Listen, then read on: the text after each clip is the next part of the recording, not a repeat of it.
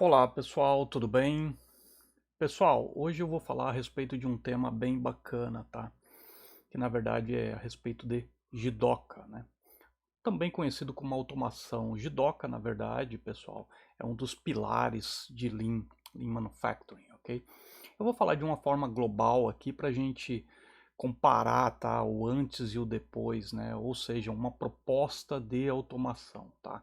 Então aqui eu não vou entrar nos detalhes profundos desta proposta, mas sim, né, dar algumas pinceladas no que nós precisamos estar atentos quando nós construímos propostas de automação, né?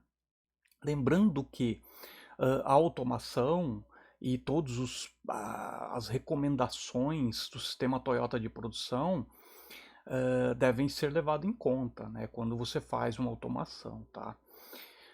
E uma das recomendações que o sistema Toyota de produção sempre enfatiza com relação à automação é não utilizar sistemas de automação desconhecidos, os quais nós não temos domínio sobre ele, os quais nós não conhecemos os seus PLCs, os quais nós não conhecemos seus sistemas de integração, os quais a gente acredita que podem ter falhas, né? Bom, a gente pode em um outro momento nos aprofundar mais a respeito de automação, né? Nós podemos falar mais sobre esse tema, que é fantástico também, tá? Mas aqui não, né, pessoal? Aqui eu estou olhando de uma forma global, então eu quero mostrar para vocês de forma global do que nós estamos falando, né? Eu vou apresentar dois momentos aqui, um momento antes, né, da automação e um segundo momento com a automação, tá? Então é para vocês terem uma ideia de como podemos construir isso, quais seriam, né, os principais caminhos, o que poderia ser feito. Precisa ser necessariamente desse jeito que eu montei aqui? Não, não precisa, né? Na verdade, para isso aí que existe o AutoCAD, para isso que existe o SolidWorks, existem softwares poderosíssimos para você montar cenários, para você construir cenários, cenários mais baratos, cenários mais robustos em termos de qualidade, cenários mais capazes em termos de volume de produção, enfim. Você pode, através de uma infinidade, né, de objetivos, montar o seu sistema produtivo alinhado com os seus objetivos, tá? Mas aqui nós não estamos falando né, na quantidade de cenários, mas sim dar uma pincelada para você, mostrar como isso é construído, qual é o processo básico de construção desse cenário, tá bom? Bom, aqui eu vou explicar esse processo para vocês, né, pessoal? De uma forma um pouco mais pontual. Então nós vamos ver essa célula aqui trabalhando, né? Então tem uma área aqui, essa área de cima que está aqui em vermelho, né, pessoal? Essa área aqui é uma área mais reservada, você pode ver que ela está enclausurada aqui, então tem aqui temperatura controlada, controle, né, do ambiente para que seja feita uma determinada operação mais crítica aqui nesse ambiente. Logo depois disso vem para a área de embalagem, que é essa área aqui um pouco menos, entre aspas, né, exigente, mas não tão menos exigente assim, tá? E aqui é onde tem, né? Aqui esses aqui são os operadores, né? A representação dos operadores, né? Então você veja que aqui você consegue também visualizar o número de operadores nessa operação, tá? E você consegue visualizar também o fluxo, né, pessoal? Veja que tem um fluxo aqui em L. Então a gente poderia sim dizer que essa aqui é uma célula em L, tá bom? E aqui veja que tem uma disposição bastante lógica aqui, né? Do cartucho, da bula, descarte papelão, aqui do carrinho. Bom, é assim que tem que ser, pessoal? Com certeza é assim que tem que ser, tá? Tudo que a gente faz dentro de engenharia de produção tem que ser muito bem organizado e muito bem, está muito claro para o colaborador, né, pessoal? Porque senão começa a virar uma bagunça danada, tá? Muito bem. Então aqui, né, pessoal, tem o fluxo de operação aqui, tá? Então logo depois que esse material entra aqui para embalagem, é embalado e esse produto é colocado em caixas. Essas caixas são montadas, fechadas, né, caixas de papelão, e são montadas aqui nesse pallet aqui, tá? Depois esse operador aqui, esse colaborador aqui, remove esse pallet aqui para o corredor, tá? Essas áreas aqui em amarelo aqui são áreas de armazenamento intermediário de pallets, tá? Então esse é um processo que ocorre com várias células, né? Várias máquinas aqui, várias células. Então você tem vários produtos sendo produzidos aqui e tem mais ou menos esse mesmo fluxo aqui, tá? Qual o problema desse fluxo aqui, né, pessoal? Qual é o problema? O problema é que você tem um tráfego aqui de pessoas, materiais, produtos nesse corredor aqui muito intenso, né, pessoal? Então isso é um problema. Tem muita movimentação aqui, né, pessoal? E movimento é um desperdício, né? Então isso não tá legal. Bom, esse é um dos itens, né? Tem mais problemas aqui, mas bom, então veja que aqui tem todo um sistema produtivo com, deixa eu ver, aqui nós temos quantas células aqui? Uma, duas, três, quatro, cinco, seis. Seis células aqui, né, pessoal? E isso gera um tráfego muito grande aqui de material, tá, pessoal? Então, como você pode ver, né, realmente, se você parar para pensar, né, que algumas máquinas dessas produzem aqui uma caixa a cada 2 minutos, né? Uma caixa de papelão aqui, por exemplo, a cada 30 segundos, a cada 40 segundos. Então você tem mais ou menos a noção do quantos pallets se cria durante o dia, né? Então veja que isso aqui, toda essa área aqui vai sendo ocupada. Quando chega no final do dia, isso tudo aqui, né? Se não for devidamente, essa produção não for escoada devidamente aqui, né?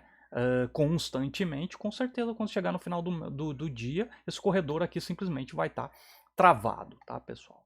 Bom, então essa é uma condição atual, né, vamos dizer assim, né? Vou simular aqui essa melhoria, essa seria uma condição atual. Legal, então eu vou apresentar agora para vocês um cenário, um possível cenário. Tem que ser só esse cenário? De jeito nenhum, né?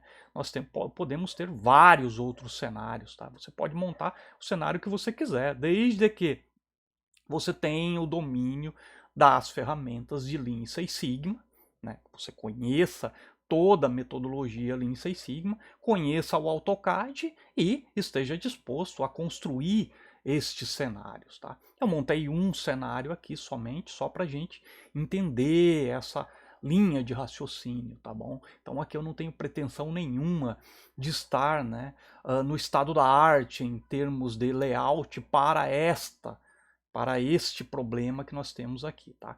Vou só mostrar para vocês uma aplicação, né, como é que seria essa melhoria aqui de uma forma através do software, tá? Através do AutoCAD. Poderia ser outro software, com certeza, né, pessoal? Mas eu sempre recomendaria o AutoCAD. Eu trabalho há muito tempo com AutoCAD e eu faço propaganda porque realmente é um super software muito bom e muito confiável, tá bom? Bom, mas então como é que seria, né, uma nova proposta, uma outra proposta para aquela célula, né? Então você lembra que lá tinha uma célula em L e aqui eu já estou removendo essa célula em L, tá? Eu estou deixando uma linha totalmente reta aqui, né? Até chega a ser um pouquinho uma célula em L, porque aqui, né, no final ela faz um pedacinho de L aqui, um finalzinho de L. Mas a intenção aqui é deixar o fluxo o mais reto possível, né? Então veja que o processo vai iniciando aqui nessa área, é transferido já para a esteira da máquina, aqui é empacotado e logo depois disso vem para a esteira principal. Esta esteira principal aqui é uma esteira que vai levar lá até lá no final do processo para alguns robôs fazerem algumas atividades. Veja que aqui a gente tem modificações de layout, né? Existe enclausuramento dessa máquina que sim, existe, mas o layout aqui em si mudou, né? Se você observar lá o layout lá de cima, você vai ver que o layout aqui mudou um pouco. Bom, isso implica em custos, né, pessoal? Então toda vez que você muda o layout, você tem custos aí associados a isso. Tem remoção de paredes, às vezes tem quebradeira, né, pessoal? Tem que quebrar concreto, quebrar paredes, né? Tem instalação elétrica, instalação pneumática, instalação de ar-condicionado. Veja que olhando assim para o AutoCAD, tudo parece muito simples, né? Parece muito bacana, mas não é bem assim, não, né? Esses projetos, eles são projetos muitas vezes críticos dentro das empresas, e para se implementar estes projetos é preciso de uma equipe muito focada e muito conhecedora, né? Que tenha domínio de tudo isso. Precisa de um cronograma muito bem construído e acompanhado. Veja que não é uma operação simples, né? Então, uma modificação como essa pode levar, estou chutando aqui, tá? Não quero ser, né? Eu acho que uma modificação desse porte aqui pode levar tranquilamente aí entre 6 a 8 a 10 semanas, tranquilamente, se tiver uma equipe bacana, uma equipe bem construída, tá? Então tem que ver isso também, porque isso também é um fator importante. O tempo que você vai levar para implementar essa solução, tá?